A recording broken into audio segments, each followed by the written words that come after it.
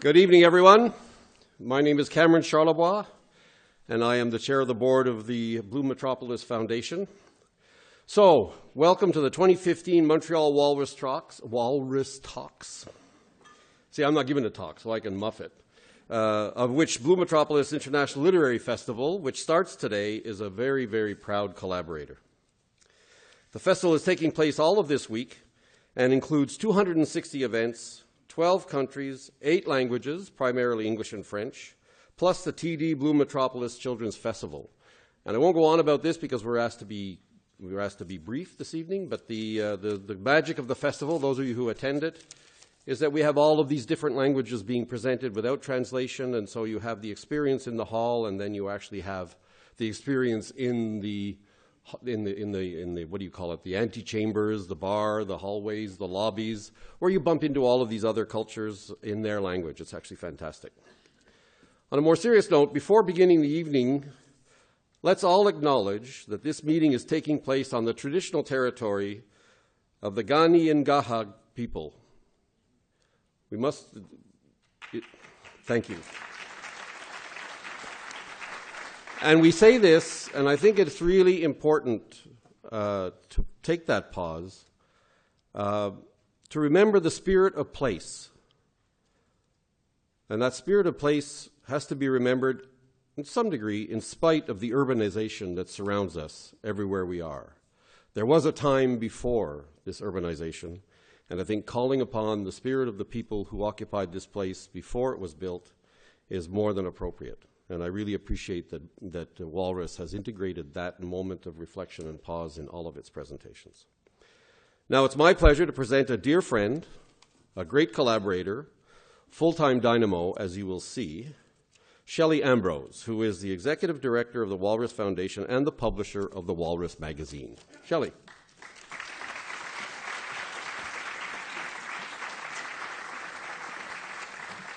Thank you, Cameron. Welcome to Enbridge Presents the Walrus Talks, How to Animate a City. On behalf of everyone at the Walrus, we are truly thrilled to be part of Blue Met again and to be back in Montreal. The Walrus has deep roots in Montreal, and it always feels like home here. The Habs even arranged to win last night, so not only would you be able to come and play with us, you are happy to do so. So that is wonderful. So thank you for hosting us, and thank you to all of our partners, the City of Montreal, Concordia University, Blue Met, and Inspire. How many of you have been to a Walrus Talks before? Welcome back. Can you join me in welcoming all the people who didn't put up their hands? Welcome all you new people. Yay! This is for the new people. Here is a little tiny bit about us. The Walrus Foundation is a charitable nonprofit with an educational mandate to create forums for conversations vital to Canadians. That's a really big fence.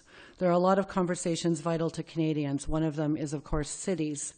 We publish the Walrus magazine. You should all have one in your hand, in print, tablet, and phone. And we produce this national series of talks events, as well as podcasts, ebooks, and original content on Walrus TV. There is a great photo essay in the middle of the magazine that you're holding in your hand. It's our cities issue. There's a photo essay about the Alan Slate collection. It's probably the world's most important collection of magic posters. It was donated to the McCord Museum by former Montrealer Emmanuel Gattuso. The exhibit at the McCord will actually be in 2017. The collection's being restored at the McCord. And we hope that you are as excited as we are about seeing it in 2017. But in our cities issue, it's Magic in Montreal. Emmanuel Gattuso and her husband, Alan Slate, are also very committed supporters of the Walrus Foundation and are, along with other fabulous like-minded people, part of a thing called the Walrus Campaign for Optimistic Canadians. Those are people who, like you, believe that conversation about Canada is important to us all. The Walrus is also supported by forward-thinking organizations and corporations, and we're happy to be here today with longtime supporter of all things Walrus, Enbridge. Enbridge has supported the Walrus Talks at Blue Met for several years now. We couldn't be here without them. Allow me to introduce the Senior Manager, Public Affairs, Eastern Canada of Enbridge, our friend in Montreal, Eric Prudhomme. Thank you very much, Shelley. Mesdames et messieurs, bonsoir. C'est non seulement un plaisir pour Enbridge d'être ici, mais c'est aussi un plaisir que je partage personnellement. Not only is being here tonight is the easy part of my job, but I also find this format most interesting, and I hope you will do. I'm sure many of you will be dreaming about things that you've heard tonight, and frankly, I hope you don't not hear my voice in your sleep. At Enbridge, we believe that when the energy you invest in life meets the energy we fuel it with, beautiful things happen. That's because our energy fuels in hundreds of meaningful ways, and in ways you might never have imagined. We don't cook your holiday dinners, thank God, or drive the kids to the skating practice, but we do help provide the energy that makes all these things possible. Enbridge brings you more than just energy. The product that we deliver are part of everybody's quality of life. Ours is the energy that makes a house a home, the energy that moves our economy, the energy that makes life more convenient and more connected. We understand that your life takes energy. We understand that Montreal needs energy, and we are proud to bring it to you. Bonne soirée.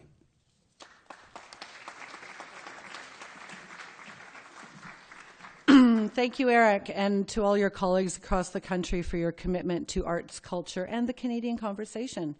I need also mention Aeroplan. They give us 1 million Aeroplan miles a year. I know that sounds like a lot. They help us move writers, artists, and speakers from C to C to C. And this offset of costs helps us to be national. So to answer your silent question, what a great idea. Can I donate my Aeroplan miles? Yes. Yes, you absolutely can. If they're just sitting there doing nothing, you can visit thewalrus.ca and we will happily accept them. Now, a word about our topic tonight. As you may know, the Walrus Talks topics range from the Walrus Talks water to performance, vice, philanthropy, creativity, energy, human rights, being human, the Arctic, and more. So why talk about how to animate a city, especially in this most animated of cities? Frankly, because cities are where most of us live. More than 80% of all Canadians are now in urban centers, and the number is climbing. As you'll see from the magazine, Our Cities issue, we're very focused on cities. We focus on cities on stages, on pages, and online. Tonight we'll see that cities are more than just buildings and, dare I say, bridges, infrastructure, and transportation headaches. Cities are people and literary festivals, magic, museums, universities, even magazines, and they come to life in many ways. We've produced more than a dozen Walrus Talks across the country on themes relating to cities, resilience, sustainability, creativity, art, culture, and more, and we're thrilled to continue the series here tonight. By the way, I know you already knew most of those things I just mentioned, because you're here. And if you're at the Walrus Talks, I know that you are fearless, you are witty, you are thoughtful, and you're curious about Canada and our place in the world. I also know you're busy, and we appreciate your choosing to spend some time with us, so thank you for your interest. Now here's how the Walrus Talks works. Each of our esteemed speakers has exactly 7 minutes. They know this. There is no MC. Each one will come on stage and introduce themselves. It is the order is on your program. Their bios are on the back. We know you can follow along. Please refer to them if you want to know more. You will see and hear 7 speakers in a row, and our hope is that a little over an hour from now you'll be thinking, I never thought of it that way. And then we'll have a lot to talk about at the post-talks reception in the lobby right there. Tonight's event is also being live streamed at thewalrus.ca/live. Also will be available next week for viewing on Walrus TV. If you're tweeting, and we encourage you to tweet, so if somebody's on their phone, don't get mad at them. They are tweeting and telling the world about what they are hearing. #WalrusTalks. Just before I disappear and let them get underway, I'd like to thank all of our speakers, all volunteers, in advance. We're very grateful to them all.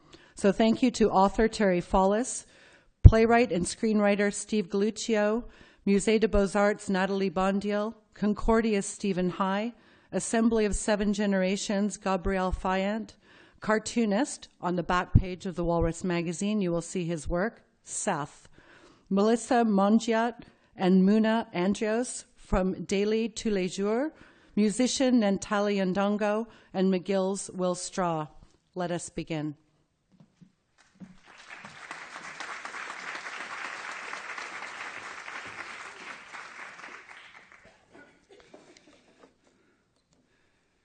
Thank you, Shelley, and thank you. I'm Terry FALLIS. I write novels, and I'm very pleased to be here in this great city exploring this important question, and I commend the organizers for choosing a date that does not conflict with a Habs playoff game.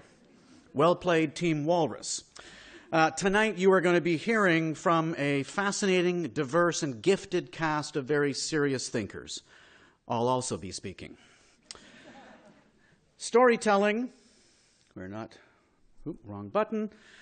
Storytelling, neuroscience, and cities. I'm not actually sure that I can tie together these three seemingly disparate strands without pulling my groin, but I'm going to try. Storytelling is an ancient art, perhaps the oldest of them all. It actually predates language. The clearest evidence we have of this are the 40,000-year-old cave paintings that can be found in various parts of the globe. The paintings often depict the gory glory of the hunt. At this time, there simply were no words to convey the stories. Then and now, pictures tell stories very well.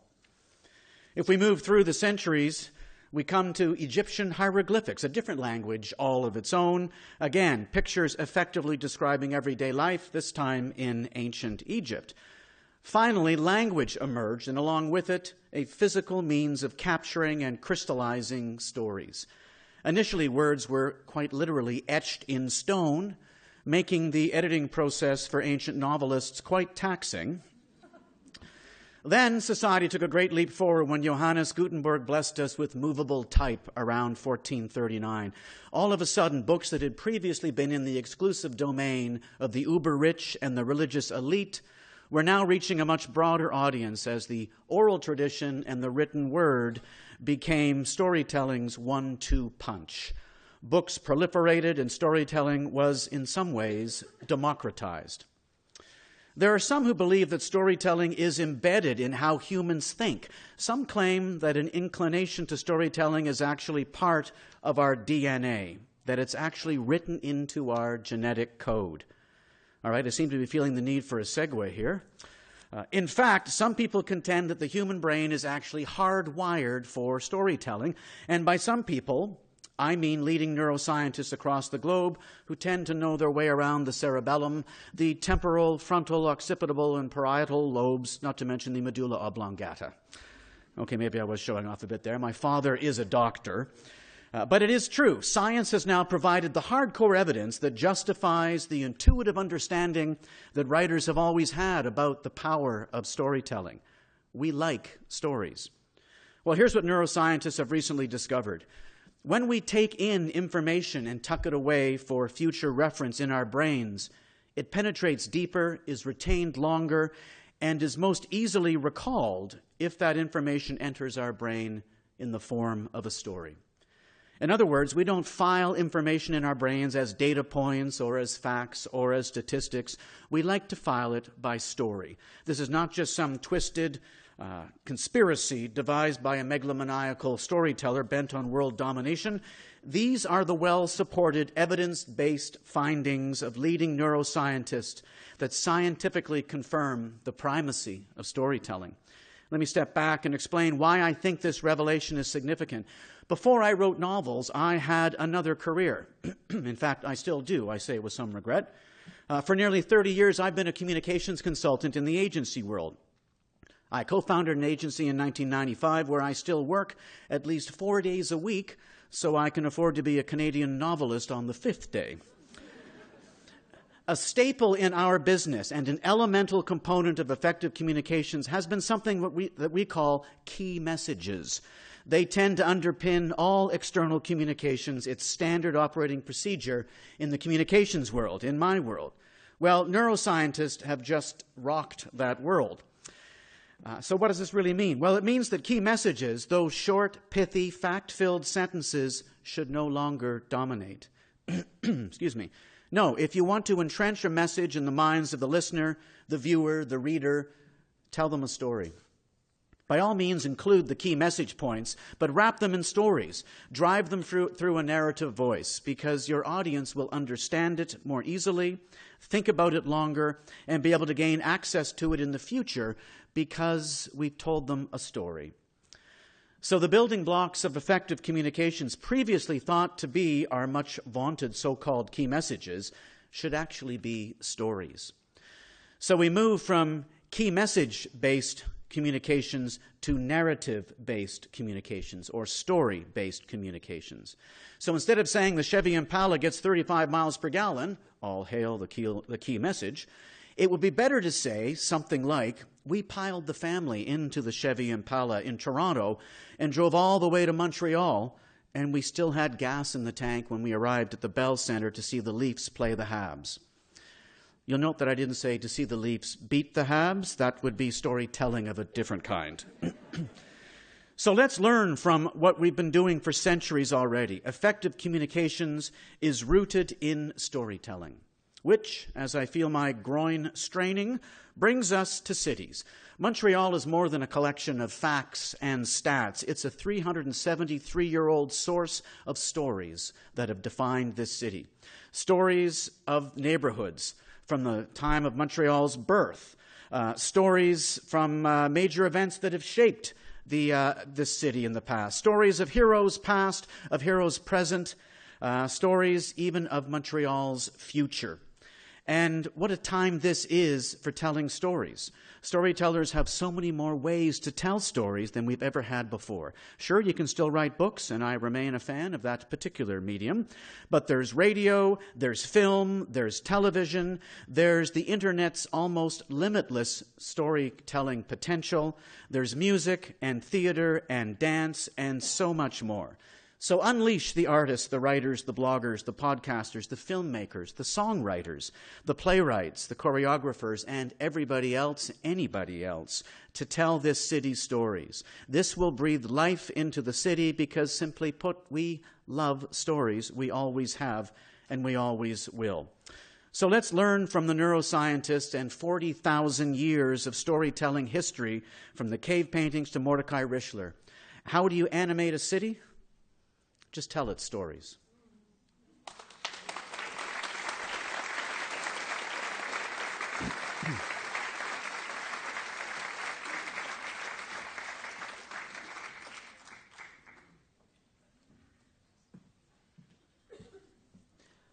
Hello, I'm Steve Galuccio, and I'm an alcoholic. I'm sorry, I think I'm at the wrong meeting. Hi. I'm a screenwriter, and I've chosen, the title of my talk is Montreal, Why? Throughout my career, people have asked me, why are you still living in Montreal? Why don't you go somewhere else? Why don't you go to Los Angeles? Why don't you go to New York? Why don't you go to Toronto? You're a writer. You shouldn't be here. You know, there's no future for you here. And, you know, that is all bullshit. Montreal is a wonderful, chaotic, sometimes tragic place where a person like me gets his stories, gets his characters, is inspired every day by the chaos, by the beauty, by the absolute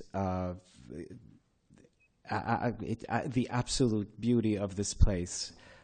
Mambo Italiano, which was one of my first movies, was inspired by the neighborhood of my childhood, Little Italy, which is a soulful, beautiful place where everyone, all the characters have its own soul, have their soul, have their own story to tell, and which is what I try to do. This city feeds me because it is a city of outsiders. I once was at a place and there was a bunch of people that were not from Montreal, and I asked them, why are you here? And this woman from the UK asked me, because Montreal allows you to be an outsider, and because it is never really integrated into North American society. We are a city-state here, and that is what I write about. Funky Town, Montreal in the 70s, which was a place like no other. The disco era, the characters that walked around in the city that are still with us today, whether in spirit or in real life. The city is a city of in order to be a writer, you have to be very resilient. And this city, of course, is a very resilient city. It's been pronounced dead, I don't know how many times, but it's still here. And I'm still here. And that's what being a writer is about, is going through the ups and the downs, much like the city does. And no matter how chaotic it is, it feeds artists such as myself. It is possibly the most exceptional city in North America because much like New York, much like Miami, it is filled with constant change, constant evolution, and it is possibly the most interesting city to live in as a writer. So Montreal, why? Why did I never leave? Well, because I don't think I would have been able to be as successful as I am in any other place. It is the... I hear something else there. Over? Okay, thank you. And so now I lost my train of thought. Jesus. So, so much like New York.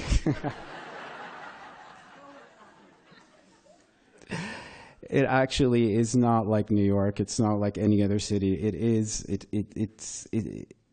the only city in North America that has been able to keep its own identity, to not integrate into this sort of melting pot that is the rest of the country and of the continent. And as a writer, I've been able to tell its stories, and I continue to tell its stories. With the St. Leonard Chronicles, I took a little bit of the city and made it into a play. And, you know, what else can I say? I mean, this city inspires me, it feeds me, I love it deeply, and I will continue loving it despite the fact that sometimes it is the most frustrating place to live. And you're certainly not here for the climate, you're certainly not here for the opportunities. I think that you're here for the love and for the soul of this wonderful, wonderful place. And I may sound a little bit nonsensical, but I am one hot mess, and that's how I do my work. And thank you very much for listening to my nonsensical speech tonight. And believe it or not, I was prepared, and this is me being prepared. But I think in my not being prepared, I try to make as much sense as I can in a chaotic situation, which is Montreal, which is life, which is writing. Thank you very much.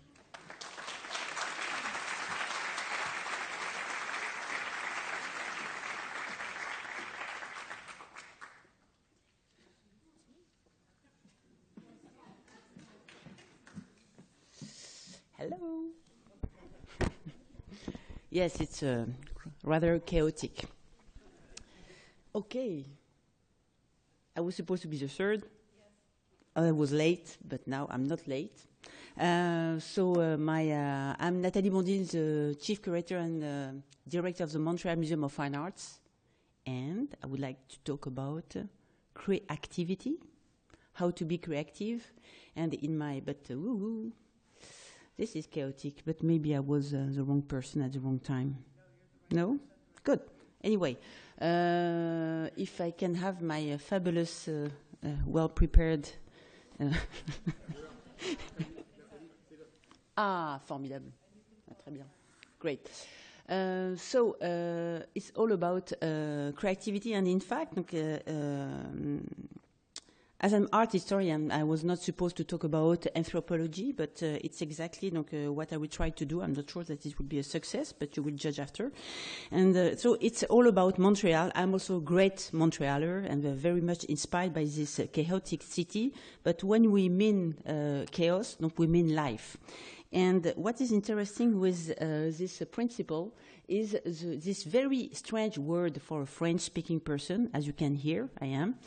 And it is about serendipity, and this work talk about the accidental discoveries. And I will tell you a very short story. I'm sure you know.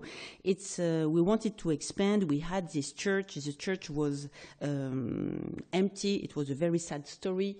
We wanted to have a new Canadian art pavilion, but we definitely didn't know what to do with a church within Montreal Museum of Fine Arts. That was rather weird.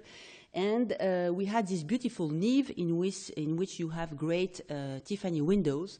And just by chance, we noticed that there was a great acoustic, and we met a great sponsor, Pierre Bourgie, who wanted to have his own concert hall. And he decided to create a concert hall with a professional art and music foundation within the museum. So that was truly unusual. It was a new combination. We frankly didn't know what we will imagine all together. It was a blind date, but I can tell you that 5 years after, the marriage is very good. So it's all about the fact that when you want to be together, when you don't, it's always better to work in order to find the solution together, even if you are inventing a new founding model. And now, this is really quick. Well, independent and chaos tonight. So this is, in fact, 5 years after, I can tell you that we have a new kind of model, and it is something definitely a success for us, for the Art and Fondation Arte Musica, and for us. Now, what I would say is we have another pavilion. So in 5 years, we are building another pavilion. But we will not name it just Michael and Renata Ornstein, great patrons, by the way. This pavilion is named for peace. The name will be Building for Peace. That will be the Pavilion for Peace. And I think that just giving this word to this museum pavilion bring to us another kind of scale, another ambition. Because beyond our artistry, beyond our collection, beyond our mission, we really want to defend, we really want to be more federative. Je sais pas si we really want to be more inclusive. And I truly think that when we talk about great values, we can touch each of you, even if you don't care about artistry, because maybe I don't care about medicine or I don't know what. So what is interesting with art, and especially with visual art, and especially with the collection we have, an encyclopedic collection, is that we are able to touch any kind of themes, any kind of topics. And it's really the will is really to think out of the box, but too far from the core, and frankly, to see the work of art in another way. And for example, you can see that thanks to art, you can have any kind of topic. For example, you can see here, quick, because the slide will escape. No. So you see this beautiful young girl, and so she's it's a beautiful painting in our collection by Suzor Côté, and it seems absolutely adorable. But if you see this painting with a new look, in fact, this is a young girl who cannot go to school, and it talks about the impossibility to go to school at the end of the 19th century, which is still, unfortunately, very relevant nowadays. So thanks to those champions, thanks to our art, we are able to talk about very important and very relevant topics, which will touch you, all of you. And this is exactly the way how we wanted to, the reason why, in fact, we decided to initiate the Gaultier, Jean-Paul Gaultier exhibition, which is in Paris, And the reason why Jean-Paul Gaultier said yes to this incredible tour, because this is the 10 venues in Paris, it's exactly because he's so open-minded towards different kind of sexuality, towards different kind of gender, etc. And it's exactly what you can see here with his fashion, but also through our collection. Our collection can give a critical distance with the visual world which harassed us every day. And I think that if we see the collection towards this new talking about everything except art, except the scholarship, we can bring this heritage to the new generations, and that will be exactly what we want to do now on another level, with a new program, through Quebec, the 17 regions of Quebec, with 17 pilot programs. Ça c'est de l'espagnol, c'est pas mal. This is my fourth conference today. And so, and so that will be a new way to envision our collection, talking about medicine, talking about chemistry with the pigments, talking about biology, talking about old people, etc., etc., and obviously about health, because art helps you to make you feel good. And this is so important, not just because I want to promote the museum, I want to promote the collection, obviously, I think it's important, but it's the reason why it's so important to promote culture here in Montreal. It's so easy, but everywhere, it's because you are not robot. You have to understand your world with your emotions, with your guts, with not only with your brain. Your knowledge is not just made with cognitive elements, but also with sensitive elements. And this is absolutely important if you want to be a true, complete human being. And this is why now I have finished my conference. J'adore ce truc, hein. Alors, just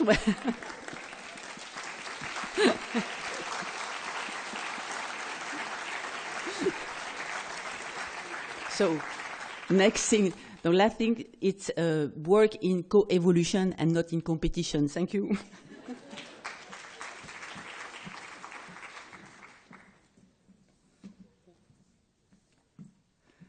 I'm Stephen High. To tell a story is to take arms against the threat of time, to resist time or to harness it.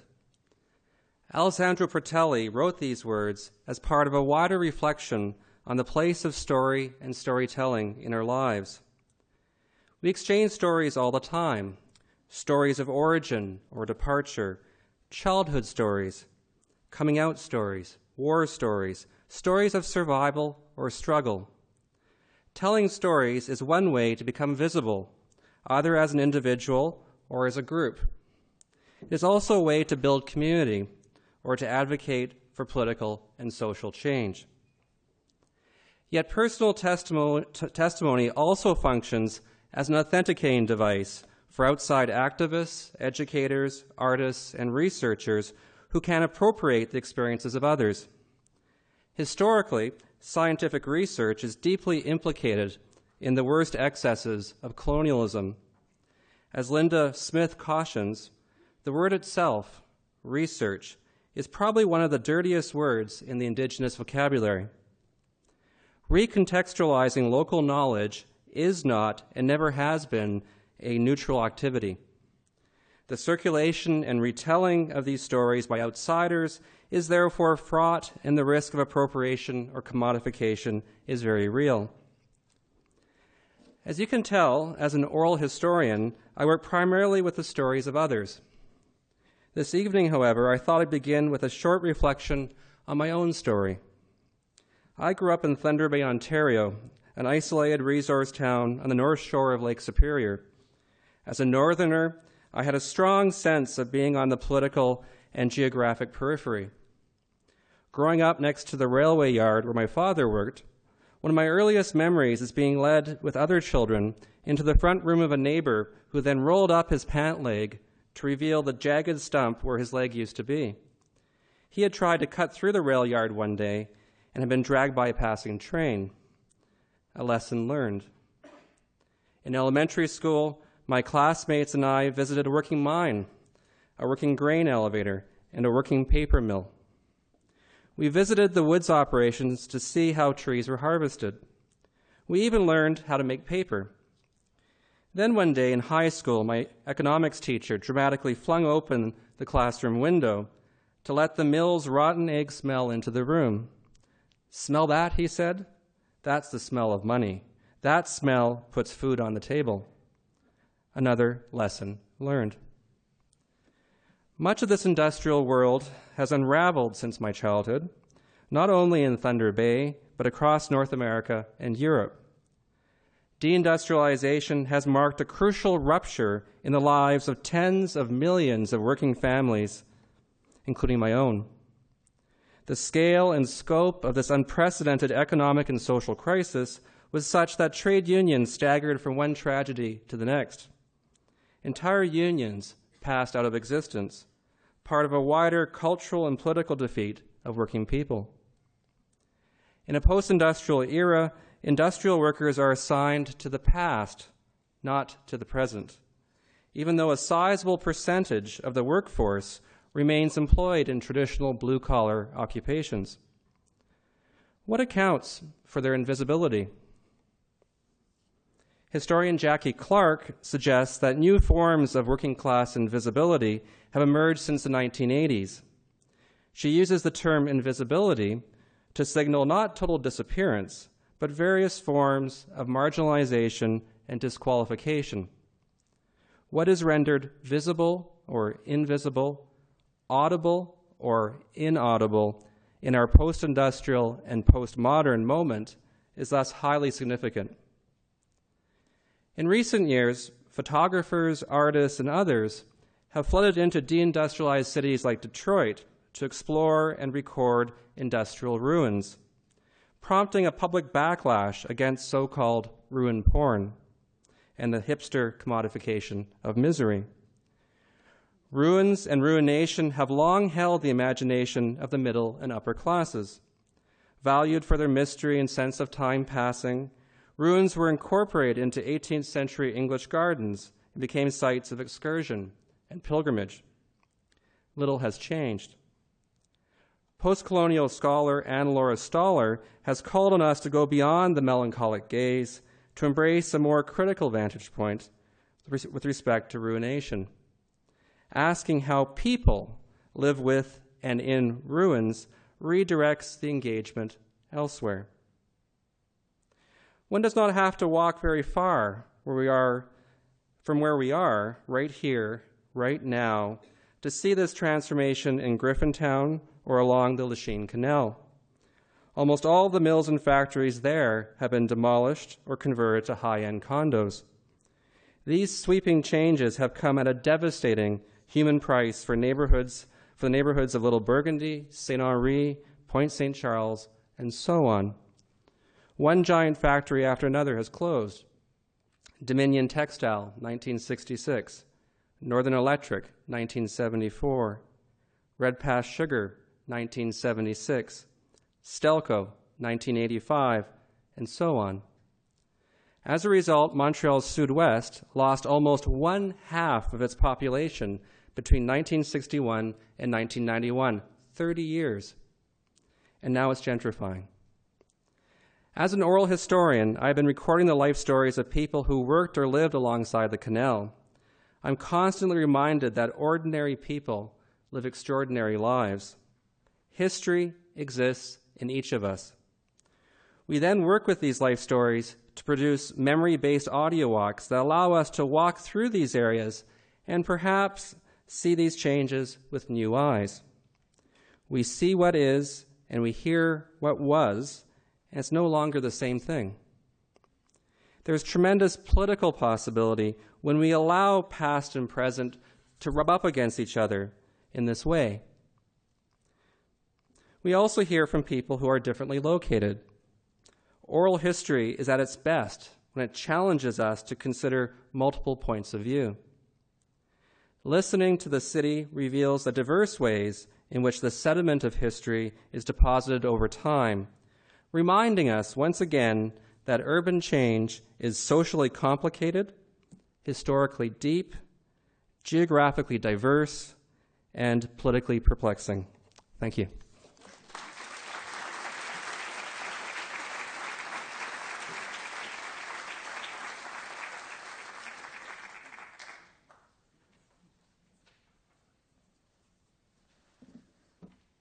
Ani Bojo Tanse Kwekwe Sego Gabrielle Fayan Indigenous Cause Fishing Lake Ndonjiba Ottawa Ndonji Anishinaabe Aki Ndonji Kitchissippi Ndonji Makwado Dam.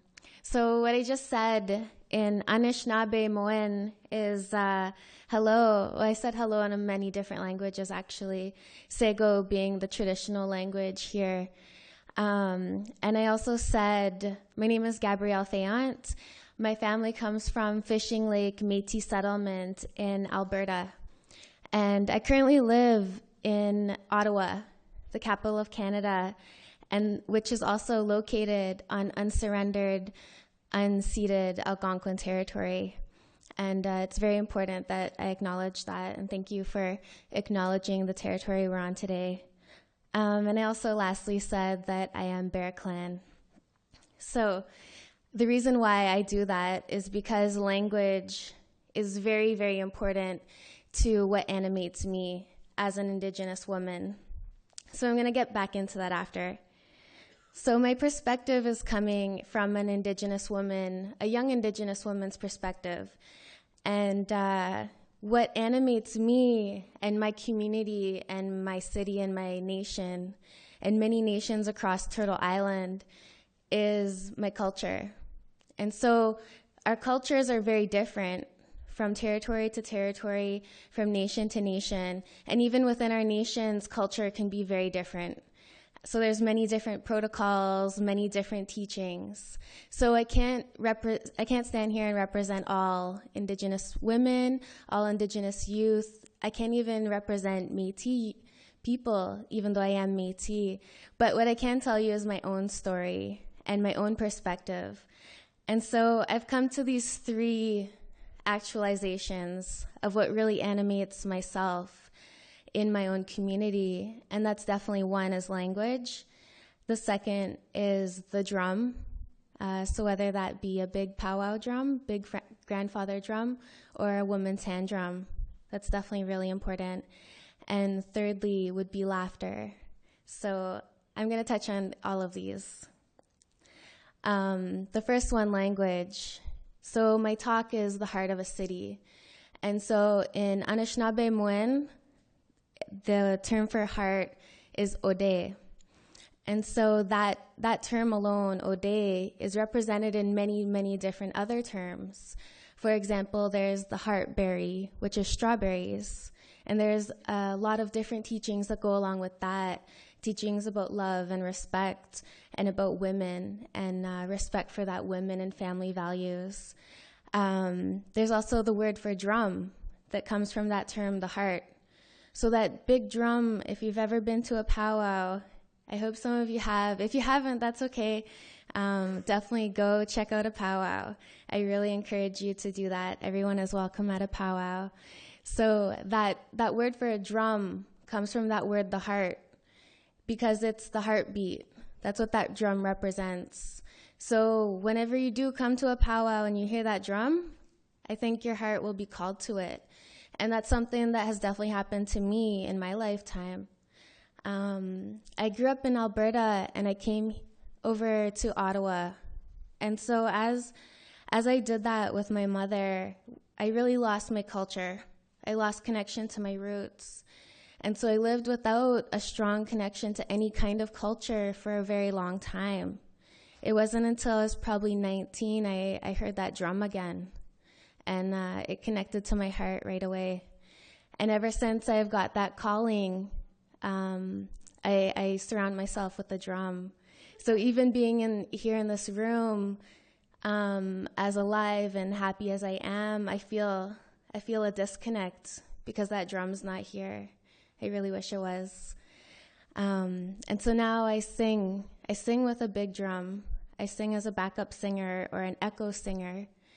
And I've picked up the language because of that as well. Through those songs, that's where our oral stories come into play. Those songs are stories passed down from centuries of knowledge keepers. And I also sing with a women's hand drum group. And so we call ourselves Spirit Flowers. And we're 4 young women from many different backgrounds, myself being Métis, another being Inuk, Inuit woman, and First Nations, 2 other First Nations women from different nations as well. And so that drum, whenever it's around, I feel a sense of belonging and I'm alive. And then so that third point that I come to is that laughter. So no matter where I am, I could be in a big room like this or just even at someone's house, as long as there's that drum there and we're telling these stories and we're laughing, I feel happy, and that's what I need for my own healing journey. So there's something so beautiful about how we laugh. Our laughs even tell a story. And if you ever get the chance, I strongly suggest you go on YouTube and Google 5 ways a Native women laugh. And I think you'll get a good laugh about that. You might even see yourself in there as well. So this culture that I talk about, it has been here and it has existed in this land for centuries before any of these big buildings ever existed.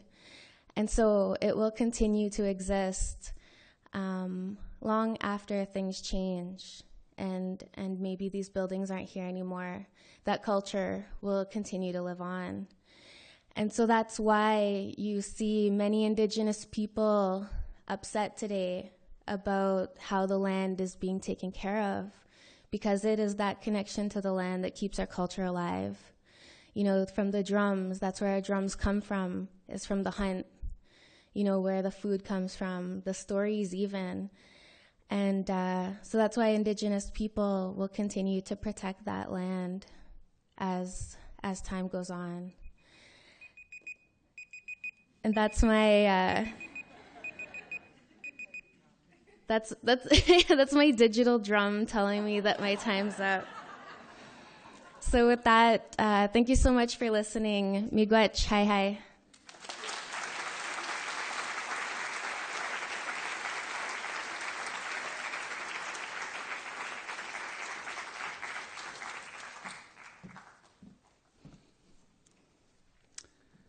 Hello, my name is Seth, and I am a cartoonist. The fault of modern cities is not that they are ugly, but that they are deadly boring. Now, don't get me wrong, they are ugly as well.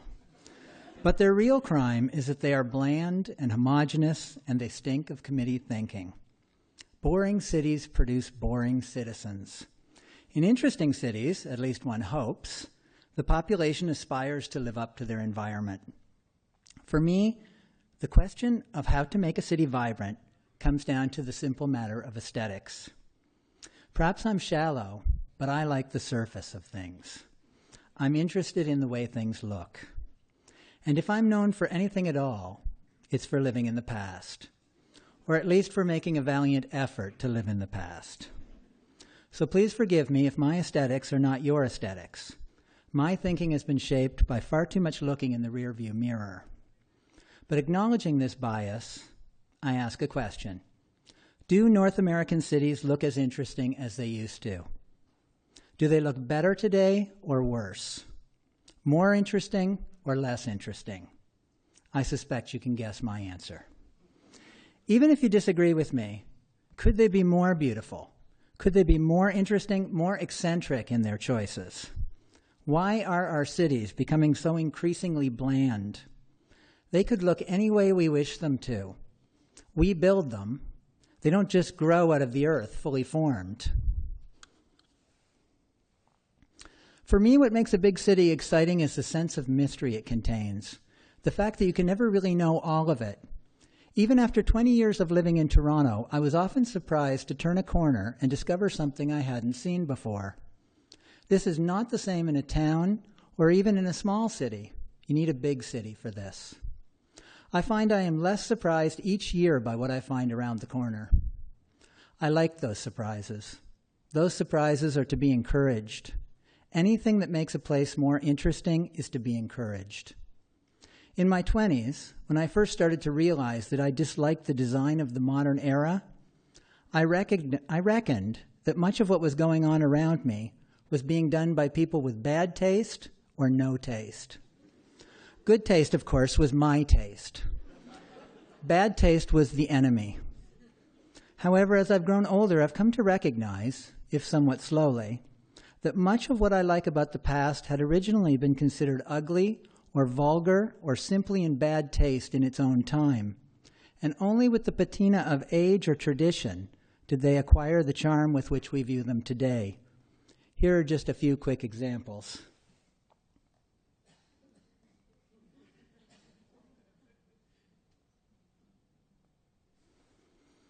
These buildings were probably considered somewhat gaudy or cheap or corny in their day, and most definitely lacking in good taste.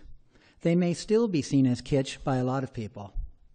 The tastemakers of the world would have banished them back then, which would have been a real shame. It turns out, surprisingly, that good taste is the enemy and not bad taste after all. Good taste is inherently conservative. I could go on for some time about what I consider interesting in a city, but since I must be brief, I will focus on signage. I love old signs, and nothing more obviously brings the urban environment to vibrant life than unique signage. Here are a few random examples from my favorite era. This kind of spectacle was everywhere in the mid-20th century, but it's pretty much vanished by the time I was an adult.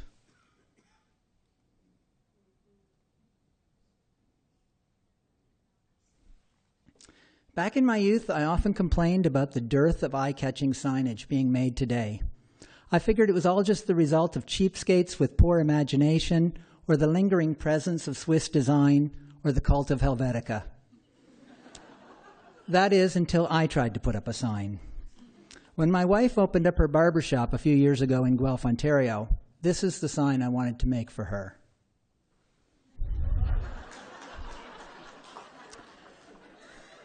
After some enlightening discussions about signage laws in our city, this is what we ended up with.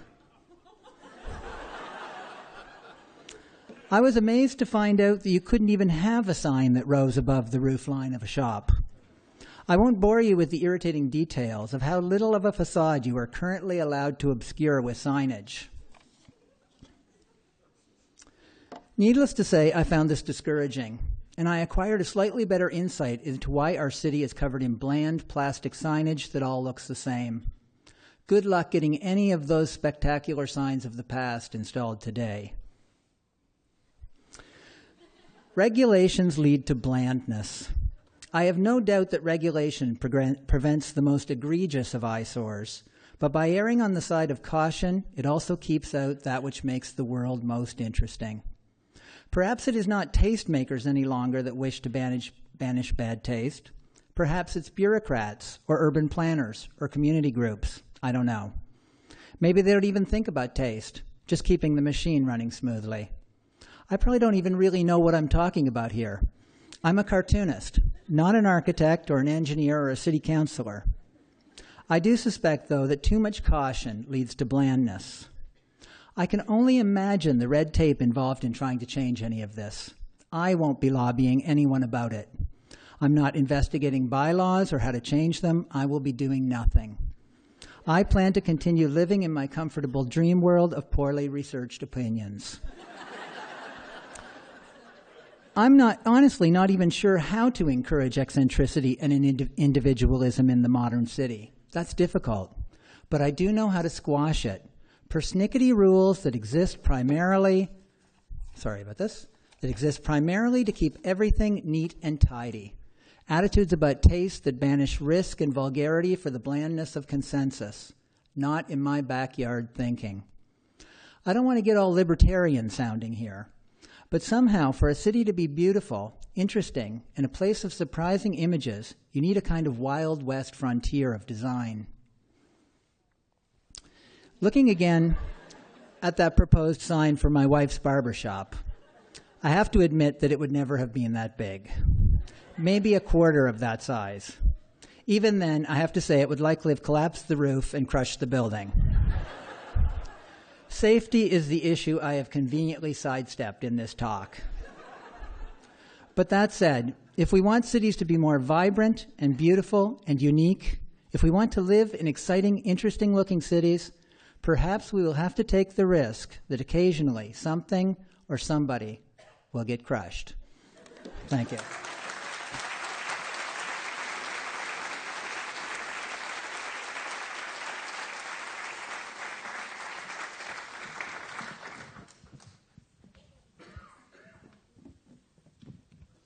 Hello. Hello, I'm Muna. I'm Melissa. And we co-founded the design studio Daily Tous les Jours. We are an interaction design and narrative environment builders. And what we're mostly interested in is to try to enable conversation between people, between strangers. And over the past 5 years, we've had the chance to do it a lot in public spaces. And so to show you a little bit the kind of work that we try to do, we'll use the words of Michael Sandel as he speaks about the importance of public spaces. He says, democracy does not require perfect equality, but it does require that citizens share in a common life. What matters is that people of different walks of life bump up against each other in the ordinary course of life, because that teaches us to negotiate and abide our differences. And that's how we come to care for the common good. And in designing for public spaces, in this idea of common life, we often are attracted by open-ended experiences.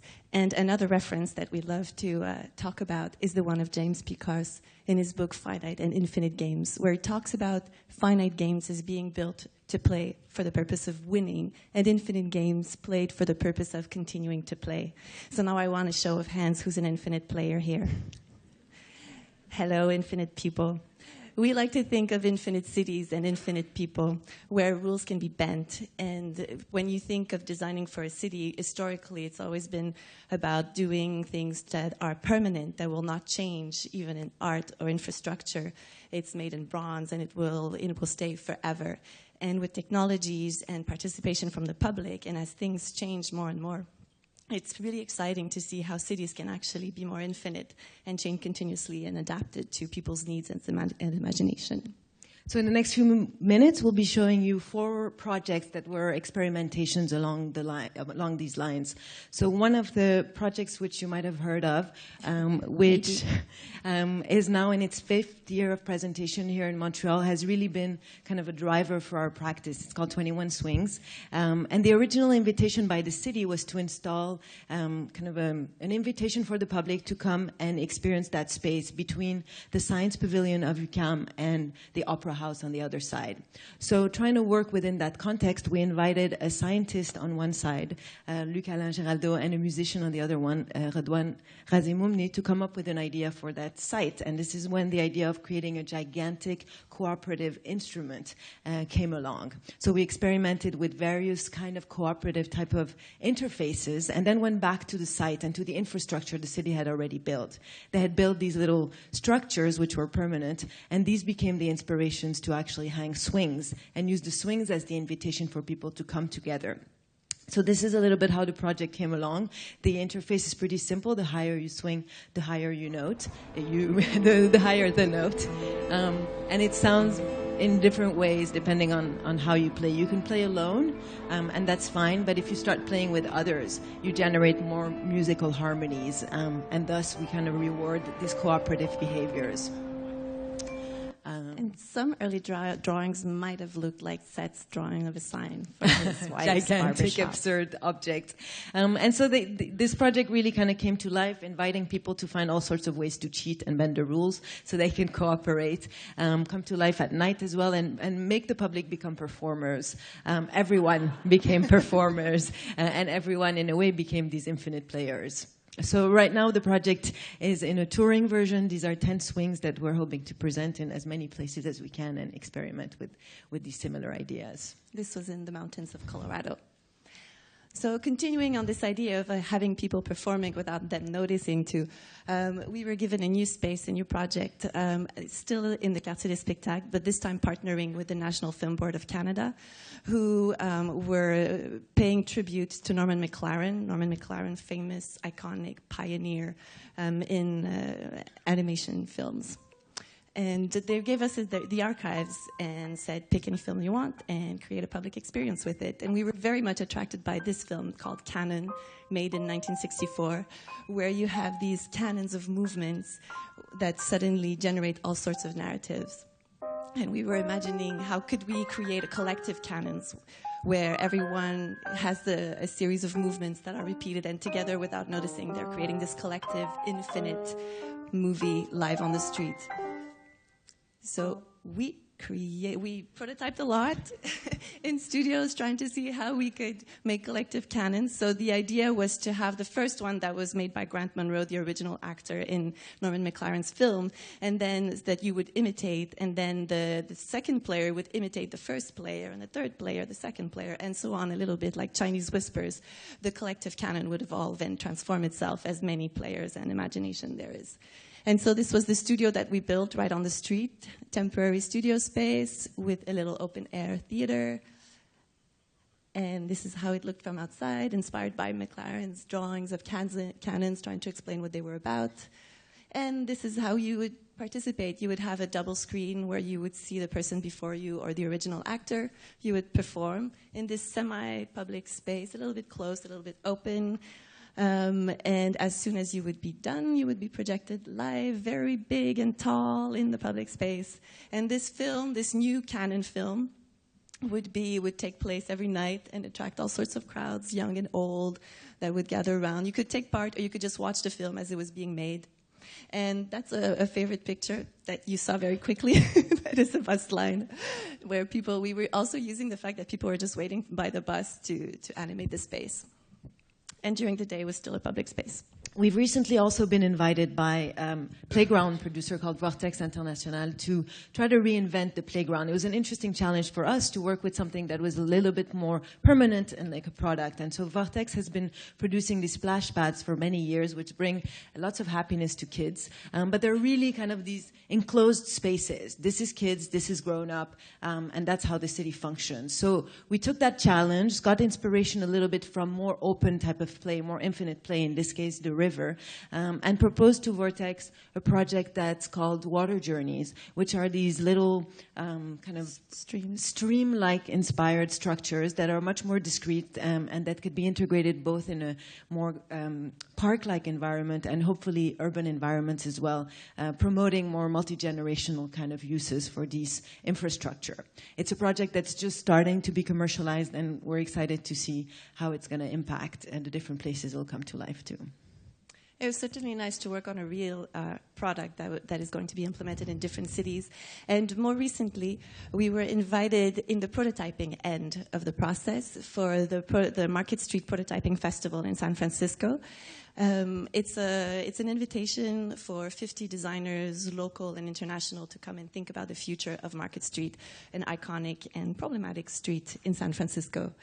We were invited by Autodesk, and the street wants to be pedestrianized. And as infinite gamers, we like to bend the rules and saw this prototyping narrative as the perfect context to bend all the rules, and especially the ones you can't usually, the ones of traffic signs and traffic lights that are usually untouched in the context of urban interventions. So in an attempt to connect both sides of the street, we reinvented traffic lights and traffic signs that would be made for pedestrians only, because historically traffic lights were the first sign that cities were to be ruled by cars. We thought we'd re-give them back to pedestrians. And if they were to communicate in the open-ended way we've experienced, music is certainly a really efficient and productive way. And so there you go. They would manipulate we'd have a knock-knock interface that we test and prototype along the festival for people to make music and with people from across the street. And voila. And so it was also an experiment in temporary and permanent structures and prototyping for urban scale. We had the large cardboard structures that were recycled at the end of the event, and we've taken that in our crate suitcases, and they're ready to tour. So this is a little bit an overview, the kind of work that we've been trying to do. And if we want to leave you with some of the things we're trying to do to animate the city, it would be these: bend the rules, try to bring magic, enable connections, and make places. Thank you very much. Thank you.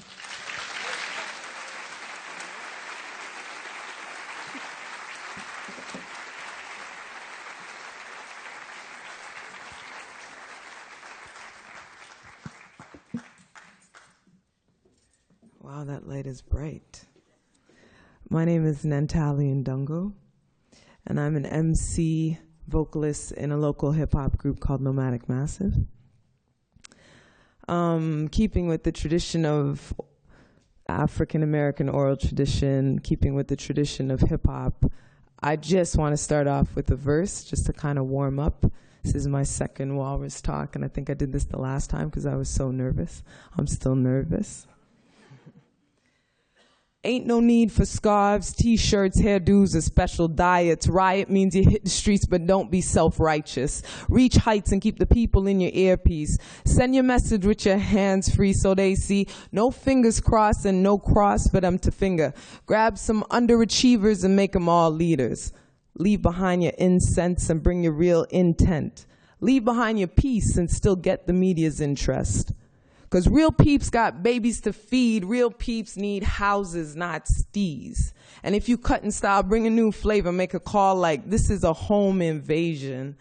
Get the suits them pacing. Flyers, yo, erase them. Say it face to face and be prepared to take a hit. Get up, say the same shit. You fighting for the people, keep the people's fire lit. So animate. Thank you.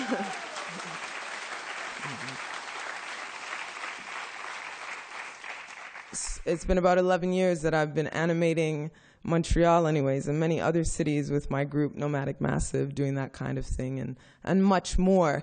And I come to you today as a messenger, very conscious of the fact that this is a privilege. And so I'm bringing a whole bunch of other people's stories and information to you. I've asked them if I could represent them here today, and they said it's okay.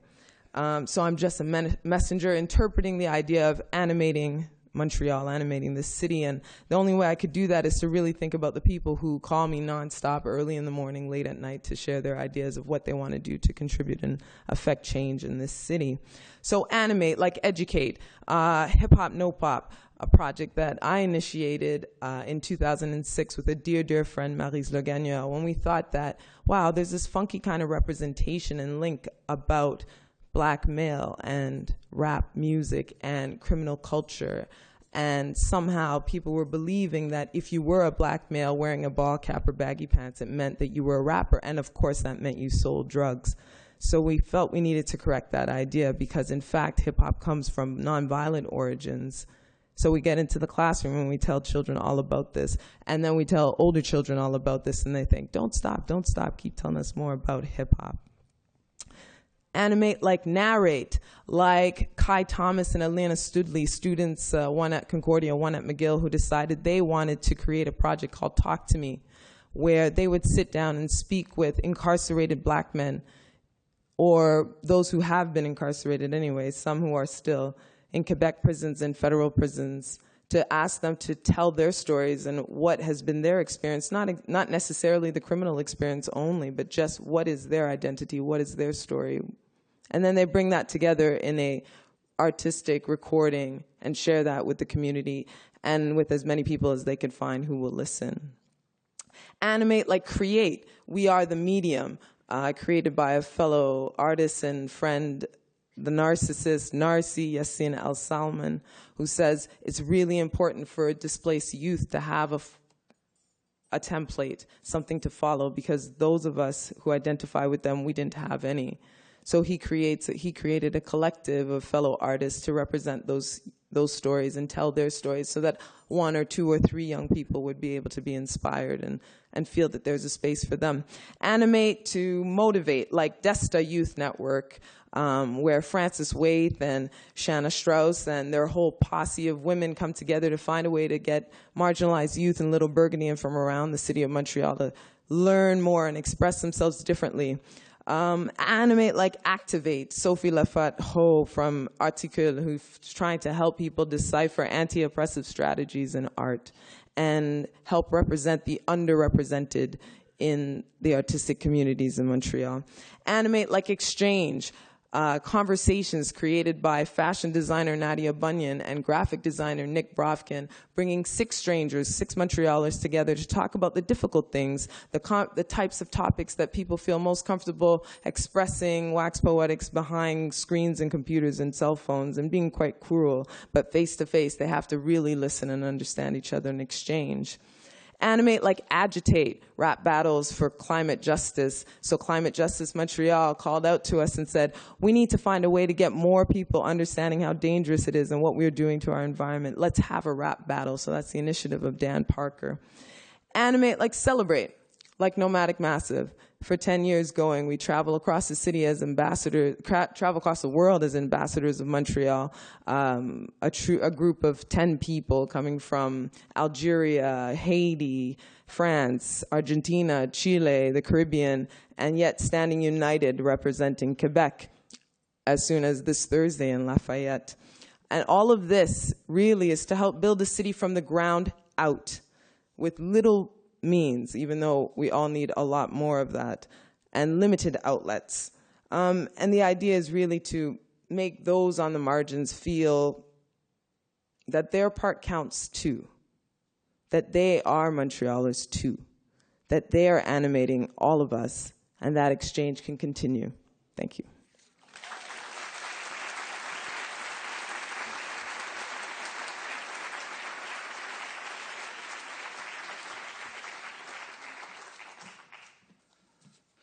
My name is Will Straw. I'm an interpretive dancer. Just kidding. I'm a professor at McGill University. Same thing. The most exciting thing I did last year was to go to Sao Paulo, Brazil, where I helped to write something called the Night Manifesto. With artists, activists, urbanists, cultural promoters, we called for a Sao Paulo night that was safe, accessible, and permissive.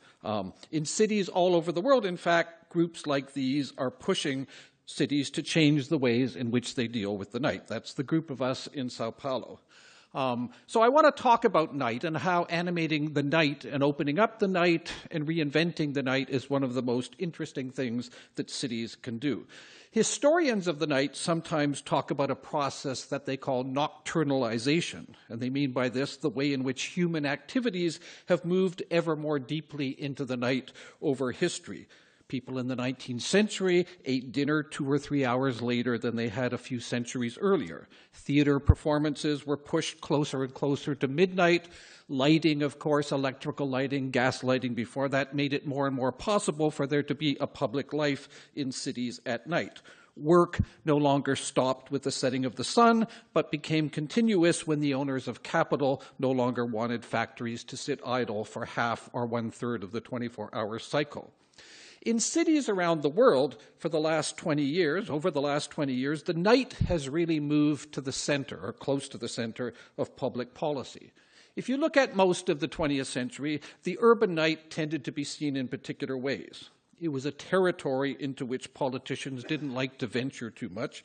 It was a set of problems rather than opportunities.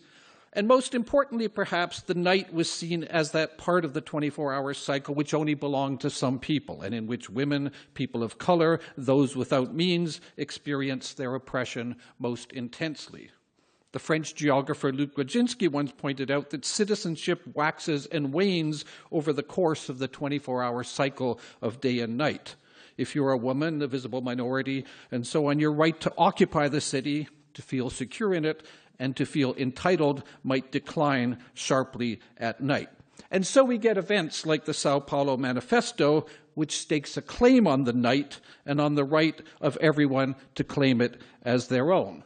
We also get events like this one, the General Estates of the Night held in Paris in 2010, which brought together nightclub owners, organizations that worked with the homeless, representatives of the police, representatives of transit authorities, and a variety of others to think about how the Parisian night might be saved and improved and made more accessible. Indeed, the last decade has seen a seemingly endless stream of initiatives intended to transform the night.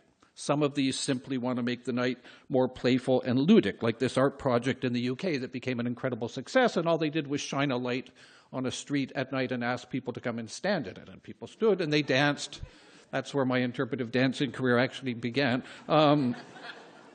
Others want to make, of course, the night more worthy and uplifting, like Nuit Blanche art festivals, museum nights, Noche del Museos, which happen in Canada and throughout the world. Some cities are trying to make the night more virtuous. For example, the first night festivities in places like Burlington, Vermont on New Year's Eve, where you basically turn the night into a child-friendly, alcohol-free zone, purging it of its associations with debauchery and excess, something Montrealers have to read over again to make sure they got that right. The question of how we animate our cities, as I said, is bound up with how we treat our nights. Traditionally, we have tried to tame and control our nights. When Variety, the show business newspaper, called Montreal the wickedest city in the world in 1925, the police moved in to shut down the night.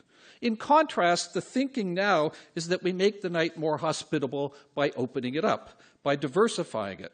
When Victoria, British Columbia had to deal with hordes of students pissing and vomiting on its city streets a few years ago, the answer was not to close down the night further, but in fact to open it up, to allow more activities, to stimulate the building of more venues, to build more public washrooms as well. The city of Paris a couple of years ago did something that other Europeans have begun to do. They allowed those who work in the night to appoint someone called a night mayor. And don't say nightmare, they've already heard that joke 1,000 times. Someone who would represent their interests. And indeed, I've met the night mayors of Paris, Amsterdam, and Toulouse. They're usually youngish, smart people who mediate between the interests of the nighttime cultural sector and a city government that usually has no idea what goes on in the night or in that sector. The notion of the night mayor is based on the principle that people don't just occupy neighborhoods, that is, spatial divisions in the city. They are also what some urban policy thinkers in Europe now call temporal communities. They occupy the city in terms of particular times. They're defined by the periods of time in which they make use of the city. In Paris, like so many other cities, the night has become a battleground between those who want to maintain a lively, exciting, and noisy cultural life, and those who perhaps move downtown to take part in this assignment, but now want things to be quiet so that they can raise their children or calculate their mortgage payments. All over the world, from Montreal to Mumbai, we're seeing signs like this. This is Montreal, la nuit, le bruit nuit. At night, noise hurts. In France, and I don't have a picture of this, unfortunately, but horror of horrors, a group of mimes called Les Pierrots de la Nuit wanders the city at night, putting their fingers to their lips and telling people to shh. That's French for shh. We don't yet have Les Pierrots de la Nuit in Montreal. We don't have a mayor of the Montreal night either. There has been talk for several years of a General Estates of the night. That is yet to happen, although Denis Coderre says he's interested in that idea. We do have a mayor who is anxious to open up the Montreal night, to make certain districts into 24/7 shopping and entertainment areas. If this were to happen, I wonder simply what will happen to the experimental, transgressive character of the Montreal night. Will it become fully commodified, Disneyized? Will the live music venues, which are outside of these entertainment areas, in the Plateau, in Mile End, and so on, continue to be shut down by never-ending fines and police visits? The night, says geographer Luc Wadinsky, is the city's last frontier, dernière frontière de la ville. How do we deal with the frontier between night and day? Do we strengthen it, tear it down, open it up? How we respond to this question, I think, will say a lot about the kinds of cities in which we want to live. Good night.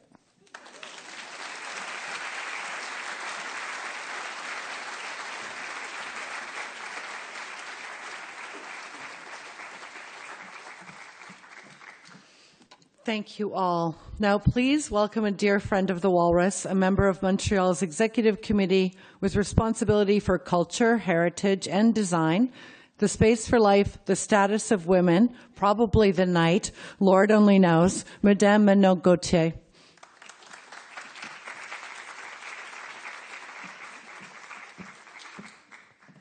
Bonsoir.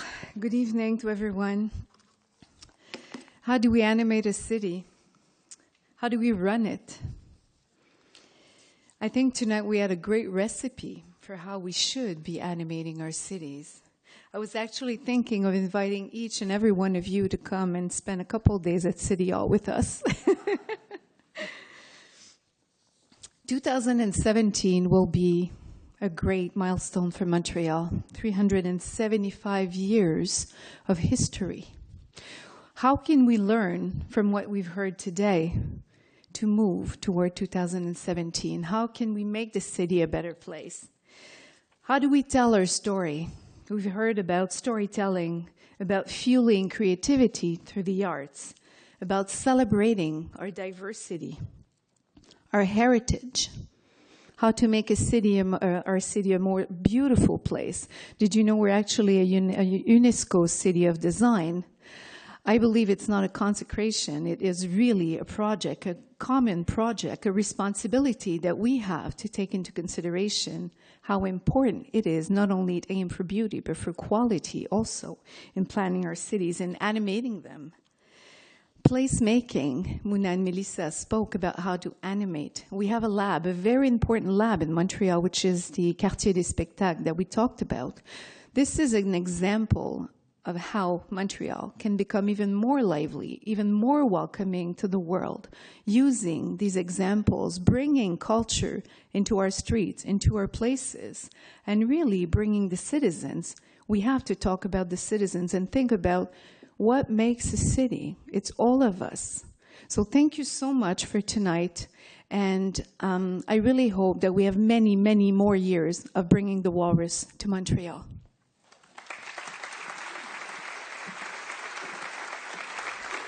Thank you, Manon, and thank you to the City of Montreal. To our speakers tonight, thank you, Terry FALLIS. I'm very glad you're still a writer on the 5th day. That is a lovely thing. Steve, we are here for the climate. That is why we're here. Natalie Bondiel, chaos is actually reduced if you're here for the sound check and can check your slides. Stephen, hi. I'm just saying. Stephen, thank you for coming up and going back and coming up and going back. You're very resilient. Cities need to be that too. Gabrielle, I'm from Alberta too. We make very good women, don't we? And I like your digital drum. That's my new favorite thing. Seth, the Walrus is moving to a new office building in Toronto, and I want a sign, okay? And since you do the back page of our magazine, maybe we can bend some rules for you. I don't know. You start thinking about that. Melissa and Muna, more magic in Montreal. That's what you guys are. You are more magic in Montreal. Nantali, nobody ever gets to do 2 Walrus talks but you. And maybe you'll go on the road with us. That would be absolutely fantastic. Will Straw, I want to see the dance next time. With the limelight. I want the limelight right here. Thank you, all of you.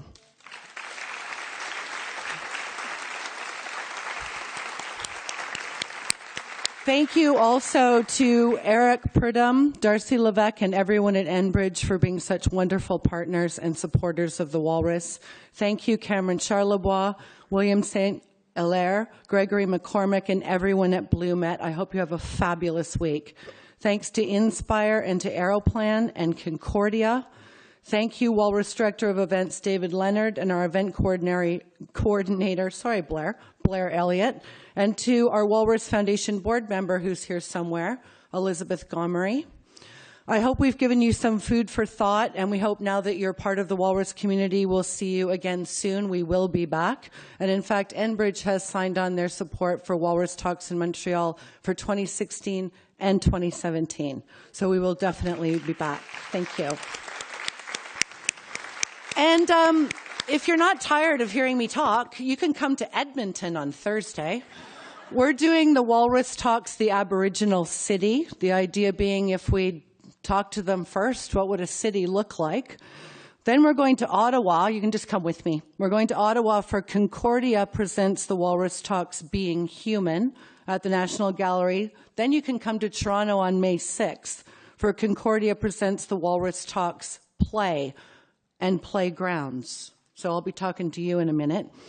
To find out where we are in the country and lots of other walrusy things, sign up for our newsletter at thewalrus.ca. Please join us at the reception. There is food and there is drink. Thank you for coming. You are the walrus. That's the truth. Safe home.